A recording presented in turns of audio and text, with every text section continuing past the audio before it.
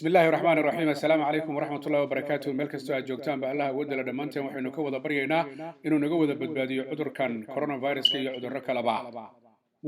maalin jimcaha kowda bisha koobaad 2021 waa sanad cusub allah awoodda leh waxaynu ka baryanaa meel kastoo aan joognaba sanad barwaaqo sanad horumar sanad balaayo dhan eeba naga xijaabo anagana nala ka rabo meel kastoo aan joognaba allah awoodda leh inaan ku xiraano oo aan ducaysano biidnillaahi kariim cudurka coronavirus waa uu ka jiraa meelo badan oo dunida kamid ah waana siyaadayay iyadoo 2020 uu ku bilowday kuna dhamaaday cudurka coronavirus oo xaaladiisu aanay qumanayn dad badan ayaa filaya in xaaladda 2021 ay noqoto mid hagaagta iyadoo la arkayay tallaalo kala duwan oo shirkado kala duwan ay soo saareen oo markaas loo arkayo marka dadku tallaalka ay qaataan inay cudurkan ka badbaadi doonaan ay ka caafimaadi doonaan haddaynu ku bilowno talaaladii ugu dambeeyay waddanka China ayaa waxa ka suurta gashay in la bilaabo marka laga hadlayo talaalo hore ay ogolaadeen mid kale la ogolaaday oo ay soo saartay shirkad dawladdu ay leedahay oo lagu magacaabo Sinopharm waa talaal la yiri boqolkiiba 70 waxtarkiisa waa la hubiyay dhinaca caafimaadka iyadoo markaas la sheegay in lagu bilaabayo guud ahaan dadka reer China oo aad ugu baahan talaalka marka la fiiriyo walow cudurku si aad aan u aafaynin maadaama uu ka bilowday magaalada ku taala bartamaha dalka China ee Wuhan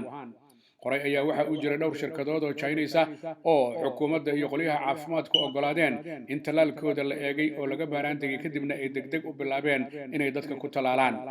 talaalkan cusub ee boqolkiiba 70 waxtaraya shirkadda dawladda soo saartay ayaa waxa uu yahay mid looga gol leeyahay in dadka lagu talaalo sida ay ka dhawaajinayaan maamulayaasha caafimaadka oo waliba uu warbaahinta la hadlay ninka isagoo wasiir ku-xigeenka ka ah dhinaca caafimaadka ee dalka China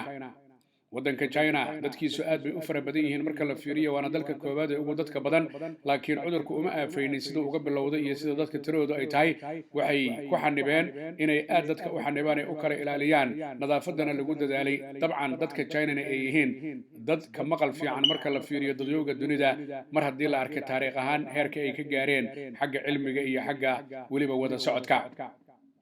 China waxa kale oo ay shaaca ka qaaday in udeynayso wadamada jeebkooda aanu buureen ee adduunyada si ay u helaan dhaqaale macquul ah oo markaas ay ku siinayaan oo ay geyn doonaan meel kasta oo talaalkan isaga looga baahdo wadamo dhowra ayaa durbadiiba talaaladii hore iyagu qaatay oo go'aanka ku gaaray shirkadaha talaalada ay ka iibsanayaan kuwa China inay ku daraan waxa kamid ah dalalka ku yaala bariga dhexe ee gacanka sida waddanka Istaga Imaaraadka Carabta iyo waddanka Bahrain oo iyagu horay u gatay iyadoo walibana dawladda Pakistan ay ka dhawaajisay maalintii shalay markii shirkadani ay soo saartay Sinopharm in ay markaas badalbadeen ilaa iyo 1 milyan iyo 200,000 oo doos oo kadibna ay dalbanayaan doosas kale reer Pakistan marka daba la fiiriyo dalka Singapore ayaa kamid ah wadamada China ka dalbanaya laakiin shirkadaha kalena ka dalbaday sida Pfizer iyo BioNTech iyo waliba Moderna dhinaca kale dawladda China marka la fiiriyo talaalada ay soo saartay ayaa waxa siluug ka qaba wadamada reer galbeedka oo u arka waqtiga in lagu yareeyay qaabka iyo sida loo eegayay wajiga koobaad iyo labaad iyo saddexaad iyo marxaladaha talaalka la soo marsiyay laakiin China arrimahaasi dhag jala uma siiso oo iyada ayaa tashata oo na sheegta arrimaheeda inay ka og tahay adduunyada inteeda kale waxaa la filayaa bishan January ee maanta kowda dhexdeeda in ilaa iyo 10 saynisyahanno caalami ah ay tagaan magaalada Wuhan ee cudurku asal ahaan uu ka bilowday December 2019 si ay u soo xaqiiqsadaan arrinkani halka uu salka ku hayo iyo waliba sida la sheegay bini aadamka oo ka qaaday xayawaanaadka oo su'aasha taagan ay tahay xayawaan cinkeeya ayay dadku ka qaadeen viruskan coronavirus-ka adduunka oo dhan saameynta ku yeeshay waxa ay qabaan saynisyahanada qaar kobiliga ama fiidmeertu inay kamid tahay waxyaabaha aadanaha u gudbiyay cudurkan aafeeyay 190 wadan ee adduunyada ka tirsan waddanka Canada marka la fiiriyo gobolka Ontario waa gobolka ugu dadka badan oo ay magaalada u tahay Ottawa magaalada Toronto ay kamid tahay ninka isagu primarka ka ama gudoomiyaha gobolka marka la fiiriyo lagu magacaabo Doug Ford ayaa waxa uu shaaca ka qaaday in uu iscasilay wasiirkii dhinaca dhaqaalaha ee gobolka Ontario oo magaciisu yahay Rod Phillips arrintaas ayaa waxa ay ka dambeysay iyadoo xanibaad xoog leh lagu jiro cudurka coronavirus-ka awadii in 13 December wasiirkaasi maaliyadda ee gobolka Ontario uu boqolay Caribbean-ka meel ku taala oo lagu magacaabo St. Parts arrintaasi waxa ay keentay Khamiistii markii uu ku soo laabtay gobolka Ontario iyo Toronto in uu iscasilo isagoo waliba raaligelin ka bixiyay oo yiri socdaalkii aan ku tagay Caribbean-ka iyadoo xanibaad dalku uu ku jiro inay ahayd axmaqnimo iyo waxaan loo baahnayn ninka brimerka ka ah gobolka Ontario ee dalka Canada Mr Ford ayaa waxa uu yiri tallaabada la qaatay ee uu isku casilay wasiirku waxa ay muujinaysaa sida ay gobolka Ontario madaxdiisa iyo guud ahaan bulshada uga go'an tahay in la ilaaliyo oo la feejignaado marka laga hadlayo tirooyinka faraha badan ee cudurka coronavirus uu soo ridanayo waddanka Canada waxa uu kamid yahay wadamada ku yaala waqooyiga Amerika laakiin cudurku aanu saameyn xoog leh ku yeelan marka la fiiriyo kan ka bilowday Wuhan ee China walow uu ku dhacay dad fara badan dad badanna ay dhinteen laakiin aan sidaas aanay u ahayn marka loo fiiriyo dalalka deriska la laakiin qaybta cusub ee viruska ee UK ka bilaabatay ayaa laga arkay qaybo kamid ah waddanka Canada laakiin aad uga faafin Canada waxa ay dalbatay tallaalo kala duwan oo Pfizer iyo BioNTech ay ugu horeeyaan oo waliba la filayo sida ay ka dhawaajiyeen maamulayaasha dalka Canada ugu horeeya ra'iisul wasaare Justin Trudeau in qof kasta oo Canadian ay tahay inuu tallaalaado bisha September ee sanadkan aynu ku jirnay 2021 UK marka la fiiriyo xaaladdu ma qumana sida dadka uu soo ridanayo maalmihii ugu dambeeyay dadka dhimanaya tiradooda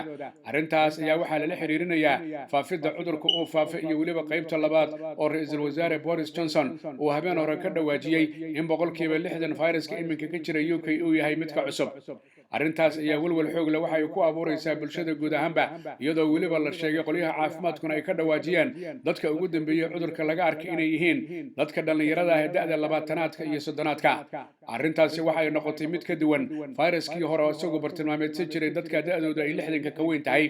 laakiin midkani waa mid aan da' fiirinaynin aadna u faafo 70% ka orod badan xagga faafidda talaalka inta aan la gaarin iyo waliba viruskii kan ka horeeyay ee ah kii Wuhan ka bilowday wararku waxay sheegayaan ugu dambeeyay qoliyaha caafimaadka ee UK in arrintani ay tahay feejignaan iyo taxaddar inay muujiyaan guud ahaanba dadka reer UK waxa ra'iisul wasaaruhu hore uga codsaday bulshada reer UK habeenkii xalay ahaa saqdi dhexe oo kale ayaa la isugu tagi jiray goobo waaweyn oo ku yaala magaalooyinka waaweyn ee UK isagoo ka codsaday guryaha in baaqi lagu ahaado si haddii la isku soo qamaamo ay dhici karto tiro aad u fara badan cudurku inuu ku dhaco uu soo rito taasoo aan faa'iido ugu jirin bulshada dadka iminka xaniban guud ahaanba England 44 milyan dadka badan weeyaan taasoo macnaheedu uu noqonayo 78% bulshada reer England inay xanibaada heerka ugu sarreeya afraad ay ku jiraan UK marka la fiiriyo 24 saac ugu dambeeyay waxa laga arkay tiradii ugu badnayd ilaa iyo bishii Abriil oo ah tirada 55892 ruux tirada dhimashada 24 saac ugu dambeeyay UK waa 964 taasoo ka yar 17 qof oo kaliya tiradii arbacadii dhimatay oo ahayd 981 tiradaas arbacada dhimatana ay ahayd midii ugu badnayd marka la fiiriyo abid intii cudurka coronavirus uu ka jiray UK marka la fiiriyo tirada guud ee cudurka UK uu ka dilay maalinka cudurka uu bilowday ilaa maalinka maanta waxa lagu sheegay 70 iyo 3000 iyo waliba 460 ruux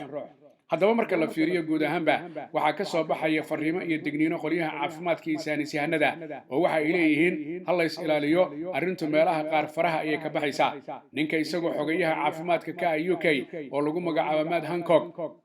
ayaa waxa uu sheegay in culayska in laga qaado ay tahay NHS iyo qoliyaha caafimaadka sida looga qaadi karaana ay tahay in sanka iyo afka la xirto in la kala fogaado in aan la isu dhawaanin nadaafadana markaas lagu dadaalo haddii arrimuhu ay sidan ku sii socdaan xaalku ma qumana UK iyo meelo badan oo adduunyada ka mid ah guud ahaan marka la fiiriyo maamulayaasha caafimaadka iyo saynisyahanada iyo maamulayaasha kale adduunkuba dadkooda ay uga digeen habeenkii xalay ahaa inaan la isu soo bixin oo aan la isu imaanin iyadoo guryaha la jooga la xuso waxay sheegeen maamulayaasha caafimaadka iyo kuwa adduunku waanu ognahay culayska idinku hayso bulshooy inaadnan u dabaaldegin soo dhaweynta sanadka cusub ee 2021 laakiin waxaa ka muhiimsan nolosha bini'aadamka iyo mustaqbalka dhow iyo ka fog intaba walow meelaha qaar la ogolaaday rashta in la rido oo markaas la arkayo guud ahaanba Polaroid-ka baxayay iyo samada laakiin inta badan dadka aad loo kala ilaaliyay guud ahaanba adduunyada marka daba la fiiriyo waddanka Mareykanka oo ugu dhimasho badan uguna soo ridasho badan ayaa dadka cudurku cudurku uu ku dhacay 20 milyan ay kor u dhaafeen dadka uu ka dilana waxay kor u dhaafeen 345 kun oo ruux taasoo ah tiro aad u badan Mareykanka walow ay ka socdaan xagga tallaalada Pfizer iyo BioNTech iyo weliba Moderna laakiin madaxweynaha la doortay Joe Biden ayaa waxa uu ku dhaliilay maamulka Donald J. Trump ee laga itaal roonaaday inay xagaldaacinayaan ama ay ka gaabiyeen tallaalada meelihii la geyn lahaa iyo dadka sidii loo tallaali lahaa iyadoo aanay isu qalmin tirada Mareykanka dadkeeda iyo ilaa iyo haatan inta la tallaalay laakiin ay rajeynayaan in la dardargeliyo walow Joe Biden uu sheegay boqolka maalmood ee ugu horeysa xukunkiisa markuu salka dhigo aqalka cad 20 January oo ah bishan maanta kowda ah inuu rajeynayo boqolka maalmood ee ugu horeysa inuu tallaalka gaarsiiyo ilaa iyo 100 milyan oo ah dadka Mareykanka iyadoo guud ahaan Mareykanka lagu sheegay dadkiisa 328 milyan oo ruux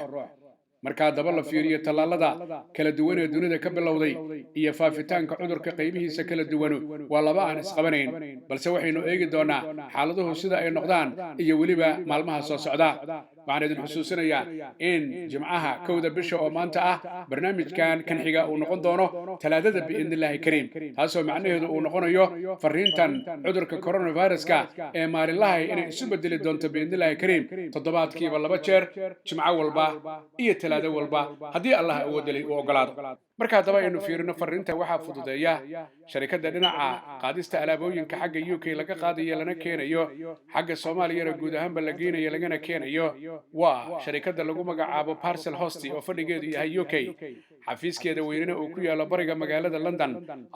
473 High Road Leyton halkaas oo uu diyaar ku yahay ganacsade Axmar Barqadle iyo weliba iyadoo halkaas laga heli karayo oo kale DHL-ka guud ahaanba adduunyada oo dhan la isaga daabulo alaabooyinka hadda diray sidii hadii lagu keenayo intaba